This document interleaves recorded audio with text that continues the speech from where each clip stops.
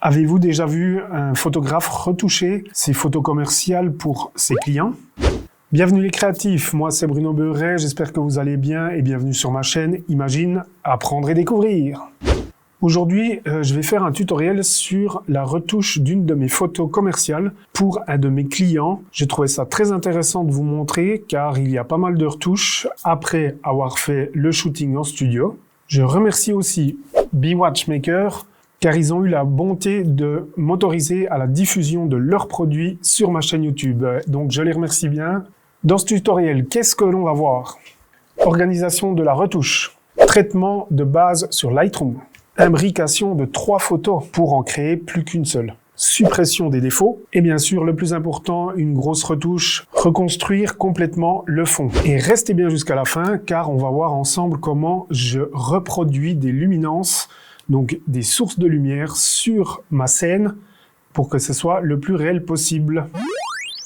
Donc nous voilà dans Lightroom et là si on prend la grille, on se rend compte ici de ce que j'ai fait. Donc il y a plusieurs éléments et nous on va partir comme ici ce que j'avais déjà fait d'une photo en 3 étapes. J'avais mis 3 lumières différentes pour arriver à ceci. Donc on a reconstruit le fond, on a rééclairci certains endroits, on a créé de la luminance un peu partout, comme on peut voir ici derrière la boîte pour faire ressortir un peu plus la boîte. Donc nous allons voir comment imbriquer ces 3 là ensemble. Première étape, déjà je vais traiter de base cette photo. Donc dans développement ici en haut, je vais déjà mettre les couleurs justes. Donc comment est-ce qu'on fait ça? Donc on voit ici dans profil la petite icône avec les 4 carrés. Et là on a des profils d'Adobe, hein, les profils neutres, profils plus colorés, etc. Et moi j'ai créé avec une charte couleur un profil pour l'ambiance de la scène, donc la lumière des flashs de studio en rapport avec mon appareil photo qui est un Nikon D850. Et là, on peut le voir, hein, Nikon D850 coffret BeWatch. On clique dessus et là, j'ai les réelles couleurs de la scène du moment. Si cela vous intéresse, je pourrais peut-être faire une vidéo tutoriel pour savoir comment équilibrer, travailler les couleurs d'après une charte. Maintenant que les couleurs sont justes, je vais juste aller dans l'étalonnage et puis ici, je vais mettre un peu plus le rouge, la teinte rouge, je vais la mettre un peu plus orangée. Je la trouve un peu trop magenta. Et ça, c'est une question de goût. On va monter un peu le piqué avec le grain. Voilà, je descends toujours un peu le rayon pour pas qu'on voie trop le grain. Ensuite, je vais à peine déboucher les noirs. Voilà, qu'on voie quand même bien les noirs. Mettre un peu de texture. Voilà, c'est vraiment très basique, hein.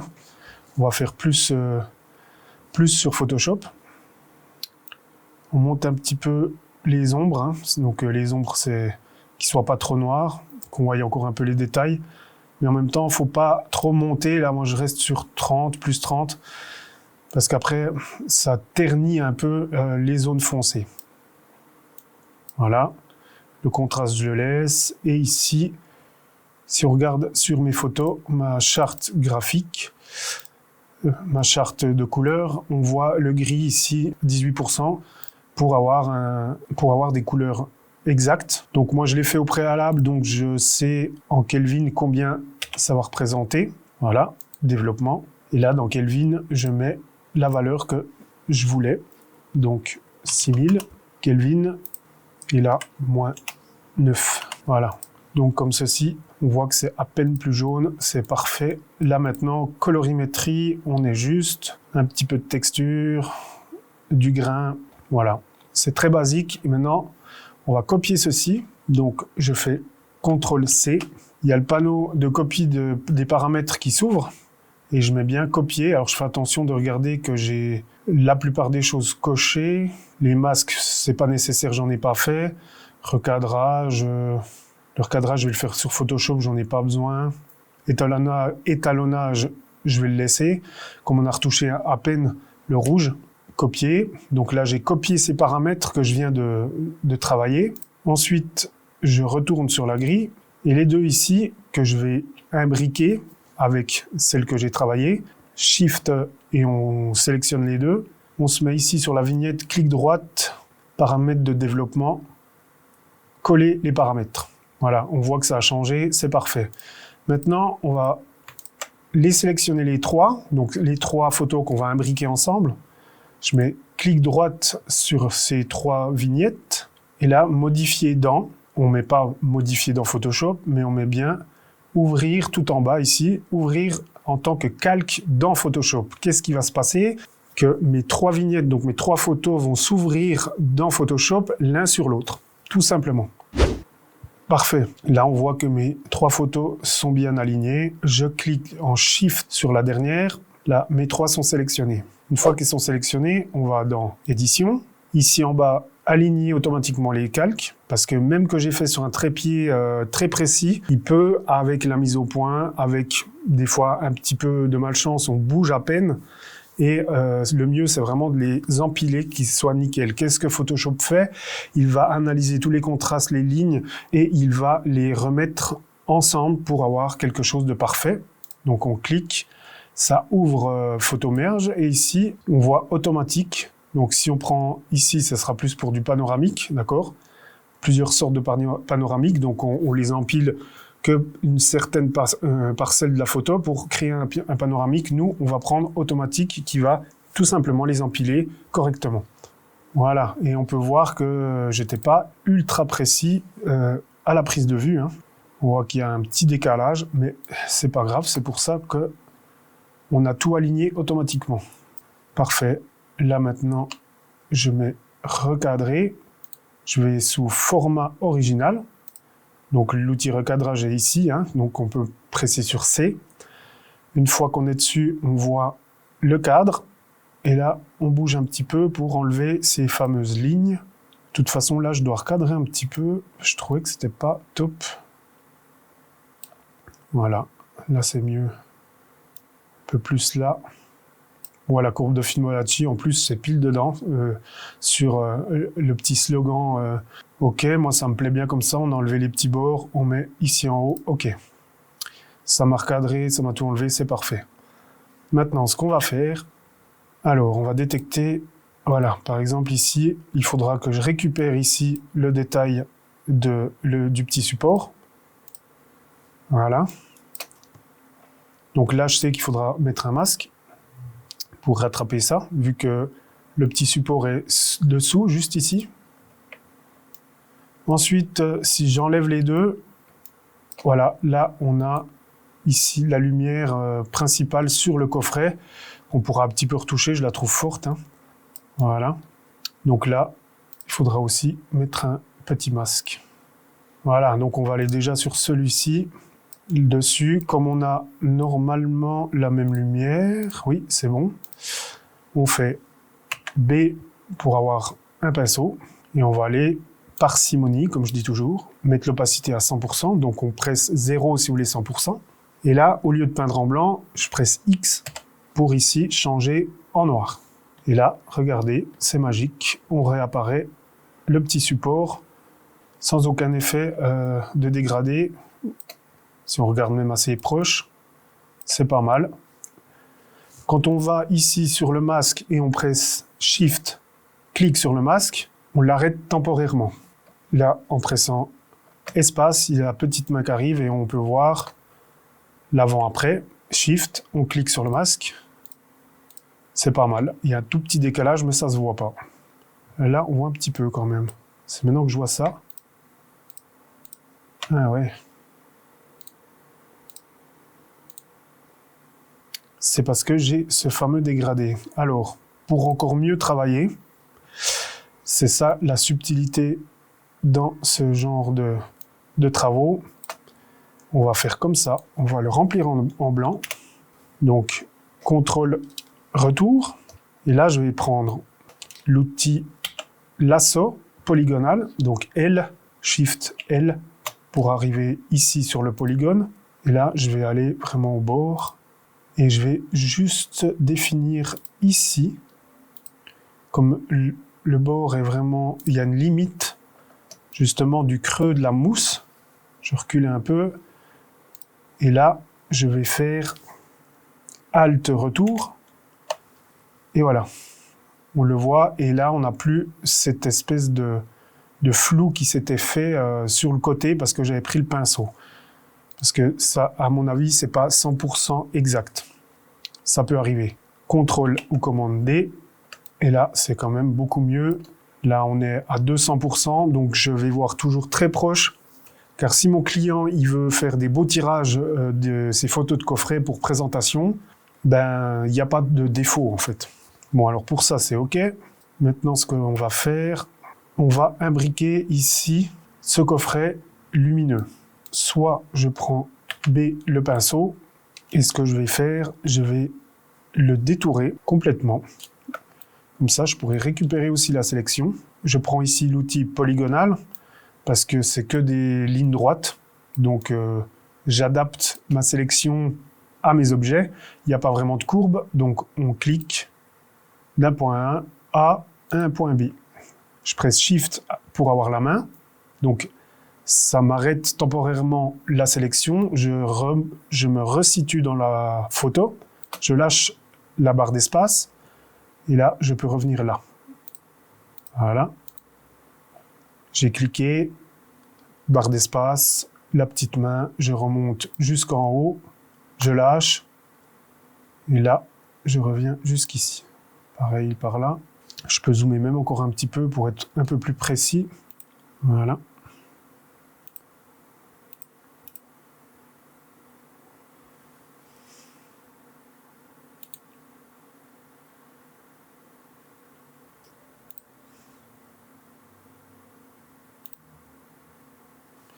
Voilà, maintenant qu'on a détouré le coffret, on va faire CTRL retour ou commande. Ici, on voit que ça m'a masqué le coffret. On va faire pareil ici, commande ou CTRL retour, ça me l'a rempli. Voilà, maintenant qu'on a récupéré ici le coffret, on se rend compte qu'il n'était pas exactement pareil là-haut, hein, avec le petit bord. Si on regarde, ah ouais, il sort ici. Donc ce que je vais faire, je vais désélectionner. CTRL D, je vais me remettre sur un de ces masques et là je vais rester ici sur celui-ci qui est actif seulement, refaire une sélection.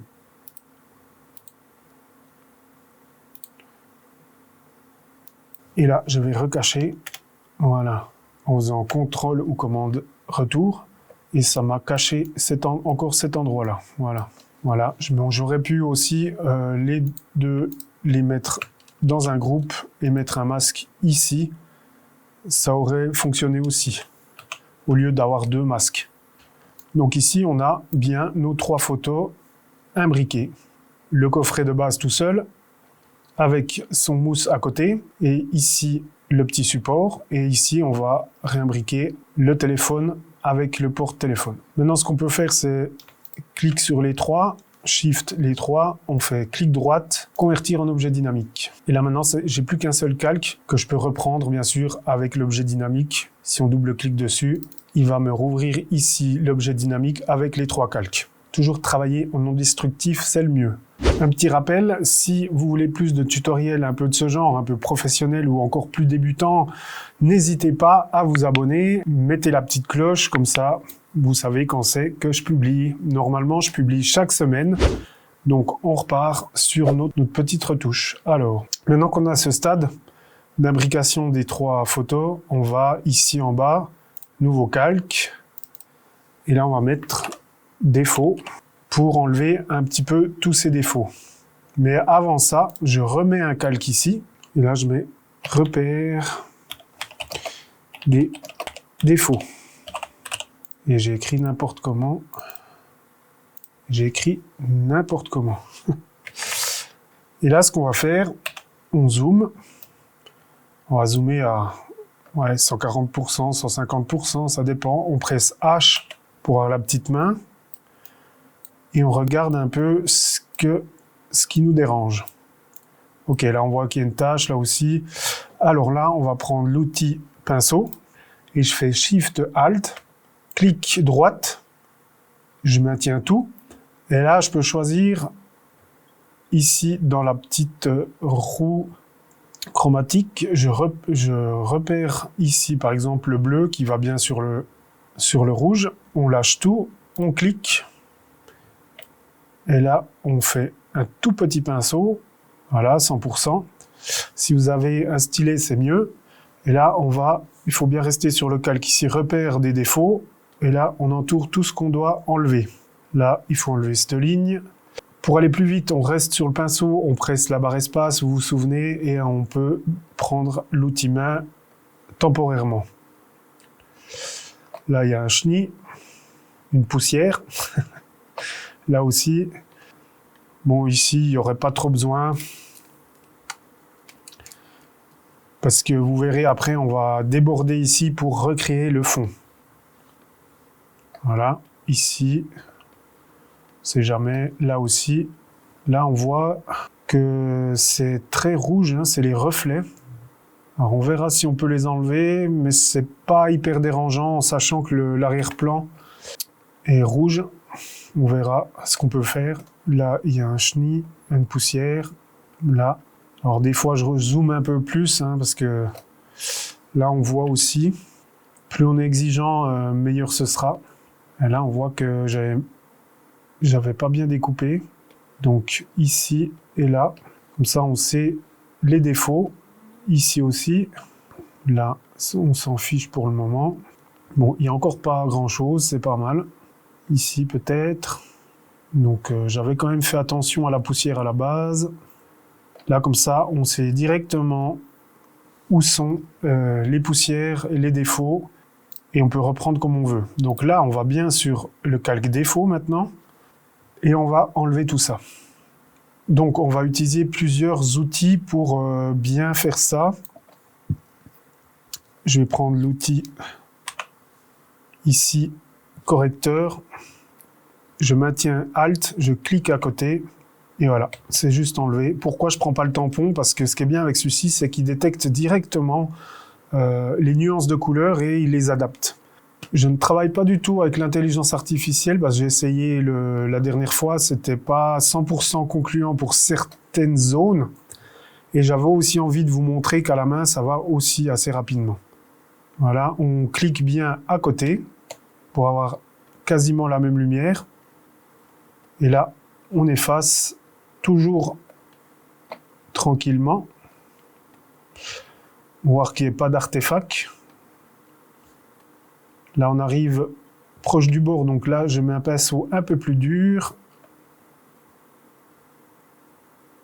Et voilà, je zoome. Je reprends mon outil en faisant J. Je clique à côté. Et voilà, parfait.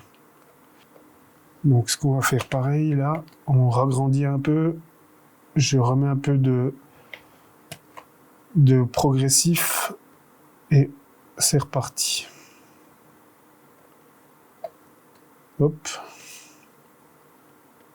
Encore une fois, là, on va déborder sur le bord pour justement refaire le fond.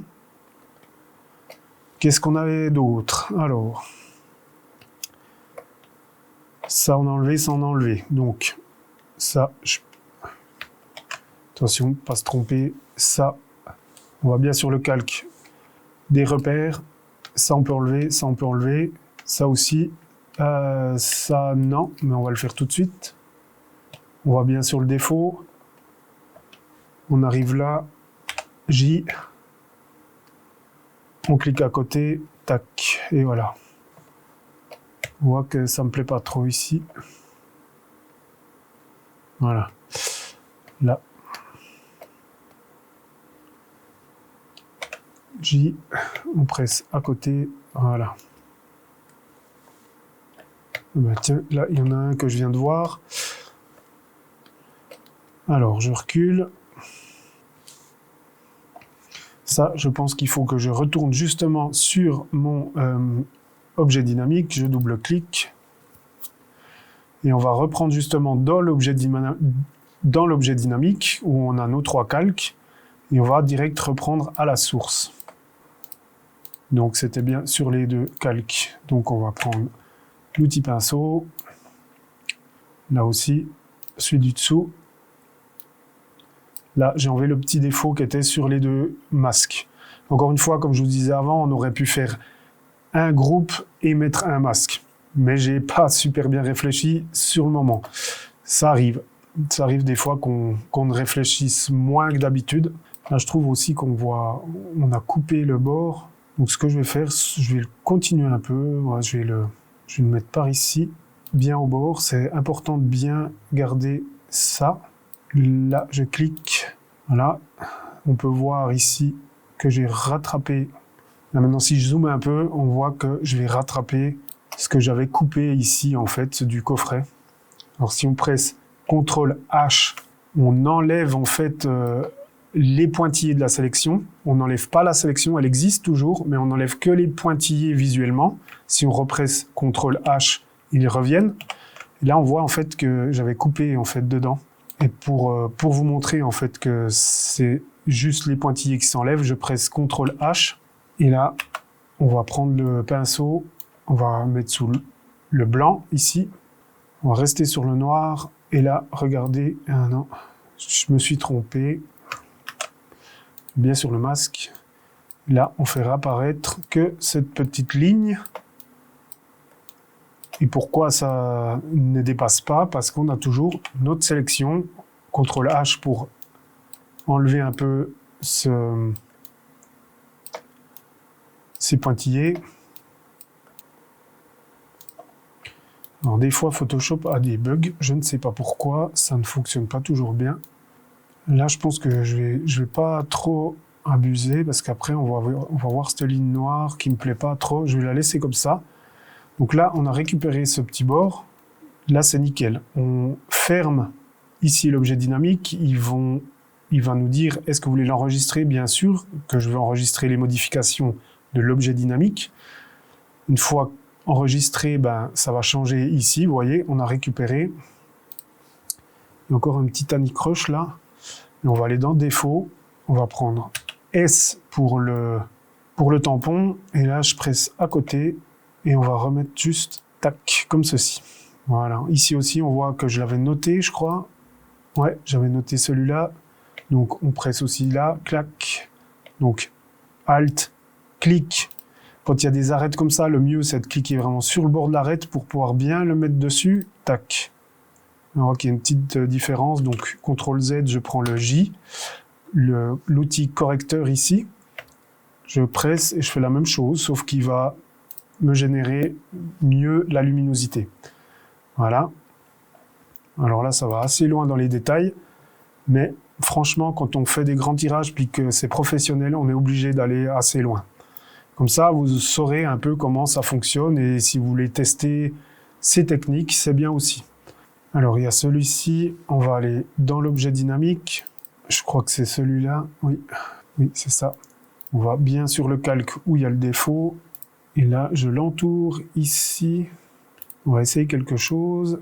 Et là, je vais dans Édition, remplissage d'après le contenu pris en compte. OK.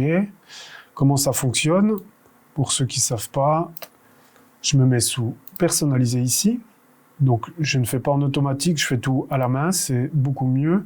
Et là, je vais définir les pixels qui seront reproduites autour, en fait, ici. Et là, si on voit, c'est pas mal. On reprendra un peu le bord ici. Ouais, ça me plaît bien comme c'est dans l'ombre, hein, c'est pas hyper dérangeant. J'ai envie même de faire là, pour voir s'il me le reconstruit. Non. Non. On va laisser comme ça, c'est pas mal. Mais OK. Là, ça a créé, en fait, ça a généré un masque au-dessus, qui est tout simplement le cache. Voilà. C'est pas mal. Et du coup, ben, ces deux-là, je vais les fusionner. CTRL E, ou alors clic droite, fusionner les calques. Et pas fusionner les calques visibles, hein, puisque sinon tout va se fusionner. Et après, on peut plus reprendre les réglages. Je vais quand même zoomer, bien regarder. C'est dans le sombre, ça risque rien. Ok, je remets ici les 3, c'est pas mal. Je ferme l'objet dynamique. Et là, ce qu'on peut faire pour observer mieux dans les zones foncées, parce que quand on imprime des fois, on peut voir les défauts. On prend un niveau et on éclaircit pas mal. Là, on se rend compte qu'il y a une petite ligne, donc on va remédier un peu à ça. Je vais quand même garder comme ça. Je vais sur défaut, on prend ici. On va juste reprendre un peu le bord ici, mettre à 20% pour que ce soit dégradé. Voilà. Ça, on a l'impression que ça se dégrade dans l'ombre. C'est pas si mal. Ouais, c'est pas si mal. Alors, on regarde vite si tous nos défauts ont été enlevés. Ici, c'est enlevé. Alors, E pour la gomme. On enlève tout. On enlève tout. Là, ici, c'est bon. Il y a encore ce petit coin là que je trouve pas terrible. Donc en fait, ici, ça me dérange un peu, mais je crois que j'ai eu une mauvaise sélection. Donc je vais aller ici, double-clic sur l'objet dynamique. Et là, on va enlever ces deux-là. Ah oui, c'est bien ça. Donc je vais déjà regarder si je prends l'outil lasso et que j'enlève déjà ça pour voir. Ok, je vais prendre carrément le pinceau. Nickel. C'est moi qui avais mal détouré, en fait, simplement. Voilà. Il faut des fois détecter les défauts sur certains endroits qu'on a pu mal faire. Voilà, ça c'est réglé. On met fermer, enregistrer l'objet dynamique, c'est OK. On va passer à la suite. Donc ça, maintenant, je pense qu'on n'a plus rien d'autre dans les défauts. OK. Donc ça, repère, on peut enlever. Les défauts, c'est OK. Maintenant, ce que l'on va faire, on va recréer ici le fond, tout simplement le fond rouge. Donc comment est-ce que je fais? Alors, on va prendre l'outil ici, polygonal, sélection polygonale. On va assez bas, on va bien au bord. On fait attention de ne pas trop mordre. On peut même bien zoomer si on veut.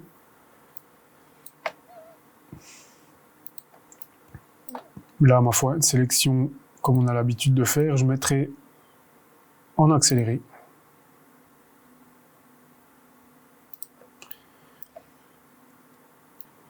Et ensuite, quand on arrive là, vous voyez, on va bien déborder jusqu'ici, on va dire. Ouais, on va dire jusque là. On va bien déborder sur le bord rouge. On va même dézoomer un peu. Alors là, avec la tablette, c'est plus facile de dézoomer. Voilà, on va faire... J'ai même envie de vous dire qu'on va aller même plus bas. Voilà, comme ça. Plus on est bas, plus on est à l'aise. Et là, on fait bien le tour. Jusqu'ici. Et voilà. Donc une fois que c'est sélectionné comme ça, on va aller sur le petit icône ici, dégradé. Une fois qu'on est dessus, il y a la petite fenêtre de fond dégradé qui s'ouvre. On clique ici sur le dégradé. On va choisir dans un de ces dossiers, on va prendre celui-là par exemple. On va cliquer ici sur l'icône et avec la pipette, on va remplir de ce rouge-là. Et là, bien sûr, on va prendre sur cette icône ici. Allez, comme ça. OK. Et là, on va disposer ici avec l'angle, quelque chose comme ça. Mais en fait, c'est pas si mal. Là, on voit que ça se fond bien et ici aussi. Mais on va pas s'arrêter là.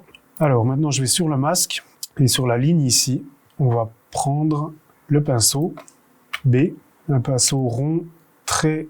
On va enlever carrément la dureté à 0. On ragrandit. Donc, je contrôle option ou Alt, clic droite pour... et ici, on va X pour le noir. On vient sur le noir, sur ce masque. Et là, on va mettre 30%. Là qu'on voit que j'ai débordé. On revoit celui du dessous. Je suis pas sur le masque. Et voilà, on se met bien au bord. Vraiment le bord, hein, parce que ça dégrade. Et là, vous voyez, c'est pas mal du tout. Hein. On enlève cette ligne gentiment. Alors évidemment, quand on se met là, on voit le fond. Vous voyez le principe. Si on prend ici Alt, clique sur le masque, on voit tout de suite ce qu'on a fait.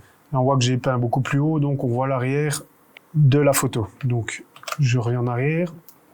Et ici, on va faire pareil. On peut même prendre G. Ici, en haut, le dégradé radial. Et là, on prend un noir. On met l'opacité à 100%. Du noir à rien du tout, donc en opacité. Et là, on peut tirer, glisser, et on voit comment ça réagit. On voit qu'il y a un petit trait là.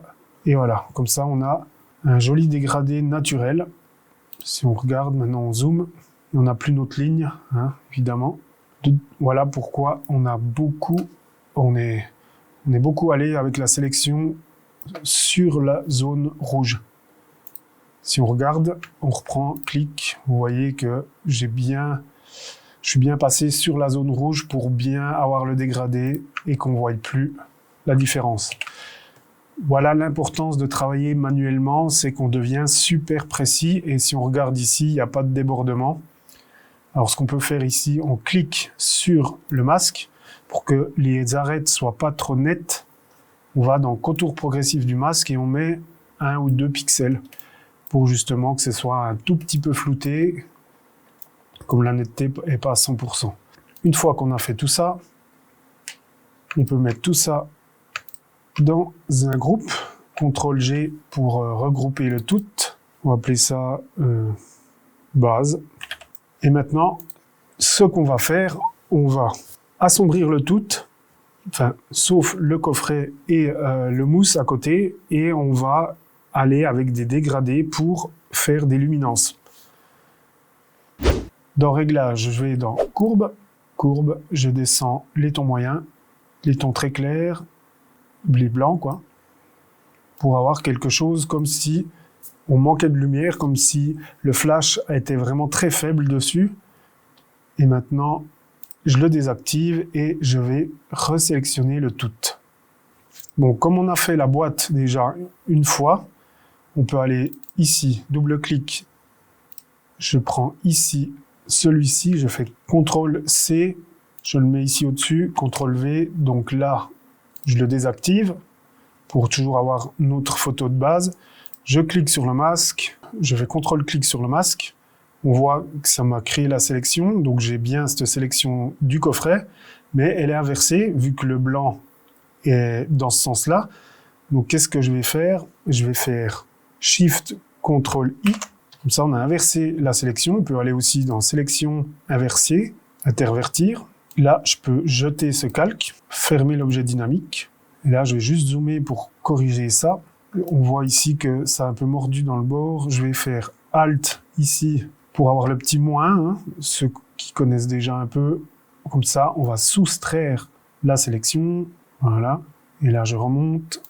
Voilà. Je mets bien au bord pour vraiment que la sélection soit juste. Voilà, on a soustrait. C'est pas si mal. Alors là, on a déjà le coffret de fait, parce qu'on est allé chercher la sélection dans le masque qui était dans l'objet dynamique. Maintenant, on va refaire ici.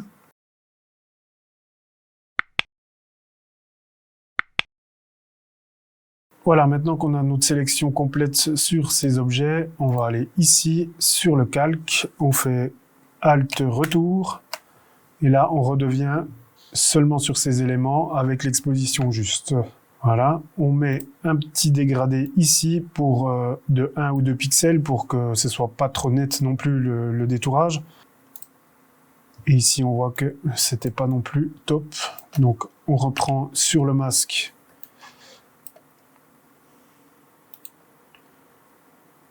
Voilà. On met CTRL retour pour avoir du noir. C'est bien enlevé. On reclique ici au bord. Ouais, je m'étais un peu trompé, mais bon, c'est comme ça. Quand on fait de la retouche assez précise, c'est pas toujours évident. Là, pareil, CTRL retour. Ou on peut peindre aussi avec le pinceau en noir. Là, c'est pas mal. On va désaturer un peu ce rouge parce que je le trouve encore trop puissant. D'accord? Parce que si on l'enlève, on va un tout petit peu le désaturer. Donc on va ici dans les calques de réglage, on va teinte saturation, OK. On clique sur ce masque où il y a les éléments masqués. On fait Alt, clic. Quand on se déplace, il y a une double flèche, vous voyez. Et on met sur l'autre masque. Oui, on veut le copier. Et voilà. Maintenant, on peut désaturer un peu le rouge. Vous regardez. On va le faire à peine. J'ai pas besoin de beaucoup. Et là, je clique les deux. Je mets dans un groupe. Retouche.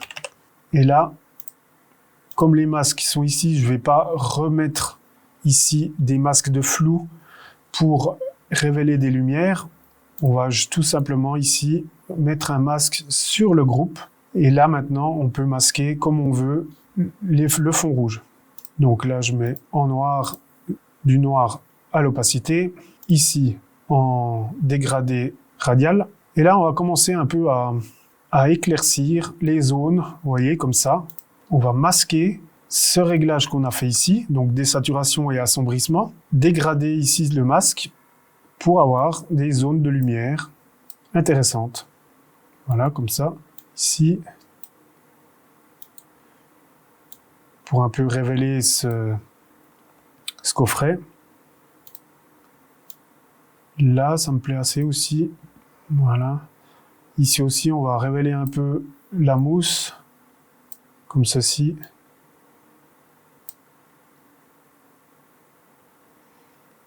L'objet, le smartphone aussi, hop, voilà. Et là, on a vraiment l'impression que je suis venu avec plein de petites sources de lumière pour éclairer tout ça, pour qu'il y ait vraiment un cachet assez professionnel. Donc là, je trouve que c'est pas mal. On va peut-être en mettre un ici, mais à 50-60%. Voilà, comme ça. Alors, ici, il y a l'opacité. On peut, une fois qu'on a tiré le dégradé, qu'il y a toujours les lignes ici, on peut descendre. Regardez, ça bouge l'opacité. Avant, on ne pouvait pas faire ça. C'est vraiment très pratique. On peut même encore le agrandir parce qu'on voit quand même les ombres sont de ce côté, comme si on avait quand même une bonne source de lumière de ce côté-là, mais léger. Alors maintenant, si on fait Shift, clic sur le masque, on se rend compte qu'on a justement ce fond qui a été foncé et un peu désaturé avec ces masques ici des objets. Donc on a masqué ces objets pour que ça réagisse que sur le fond. Et voilà, on a quelque chose qui a un peu plus de cachet. Et si on regarde, voilà, on peut encore retoucher à l'intérieur un peu. Donc ce qu'on peut faire pour retoucher à l'intérieur, pour aller assez vite, on peut recliquer ici, ajouter un masque de réglage au-dessus, prendre ici le masque, Alt, clic, on le copie au-dessus, on met OK. Une fois copié, on l'inverse. Donc CTRL I pour inverser. Qu'est-ce qui se passe du coup? Le blanc ici va agir que à l'intérieur des objets. Et là, on va prendre ici la petite main et cliquer ici par exemple pour redescendre un peu l'exposition. Voilà. Peut-être un peu plus là. On va remonter ici, vous voyez, ça fait une courbe en S parce que les zones sombres, je les ai remontées, les zones très claires, je les ai descendues. Je pense qu'ici, c'est un peu différent, voilà. On va pas trop toucher parce qu'après, ça fait des S pas terribles. Après, il y a des artefacts qui apparaissent. Et j'ai même envie de descendre un peu le rouge à peine pour que ce soit un peu moins jaune. Monter à peine le bleu, que ce soit un peu plus bleuté à l'intérieur. Comme ça, on a rééquilibré un peu l'intérieur, c'est plus joli. Encore une fois, je peux aller encore plus loin et c'est ce que je vais faire, mais la vidéo est déjà assez longue, donc pour moi, là, c'est déjà très exploitable, mais je suis un perfectionniste, je vais finir hors caméra. Voilà comment on retouche quelque chose d'assez professionnel comme ceci, prêt pour mon client. Allez, un petit récapitulatif. Donc, si on prend Lightroom, alors dans Lightroom, on voit qu'on a pris celle-ci, celle-ci et celle-ci à imbriquer, qu'on a fait un petit traitement de base ici, et ensuite on les a envoyées ici. Donc on avait nos 3 photos, on les a alignées évidemment, et là on a masqué les endroits qu'il fallait masquer. Comme ici, le coffret du centre pour récupérer la lumière qui était un peu forte, qu'on a dû rééquilibrer. On a dû détourer ici la petite encoche pour avoir l'élément ici et ici en même temps, parce qu'on n'en avait pas deux. Une fois qu'on a fait ça, on a imbriqué dans un objet dynamique, ici. Ensuite, on a défini les défauts, on les a enlevés. Une fois qu'on a fait ça, on s'est attaqué l'arrière-plan noir. On a mis un joli dégradé qu'on a ensuite masqué, évidemment, comme ceci, avec un petit dégradé ici et ici pour enlever les zones visibles. Ensuite, on a créé un groupe de réglage avec un calque de réglage courbe qu'on a assombri en général. Tout le tour était assombri. On a créé un masque des éléments. Et ensuite, pareil pour la désaturation, une petite désaturation avec les éléments détourés qu'on a copiés. Ensuite, une nouvelle courbe de réglage ici, bleuter et descendre un petit peu les hautes lumières du coffret. Voilà, on a réglé un peu ça. Où je vais aller un peu plus loin, évidemment, hors caméra pour la suite. Tout ça, on a mis dans un groupe nommé retouche. Et là, avec un masque et des dégradés, on a créé des luminances pour avoir un effet très studio et professionnel, qui donne du cachet et qui tire l'œil sur ces coffrets. Voilà pour ce tutoriel de retouche d'une photo professionnelle pour un client, et je les remercie toujours, BeWatchmaker, de m'avoir autorisé à prendre une photo de leur produit pour vous montrer un peu comment je retouche une photo, soit pour de l'impression, soit pour Internet. J'espère que ça vous aura servi un petit peu, que vous avez appris quelque chose. N'hésitez pas à le dire en commentaire si vous avez bien aimé. Si vous avez des suggestions ou des choses comme ça, n'hésitez pas, c'est le bienvenu. Et n'oubliez pas, tout le monde est créatif.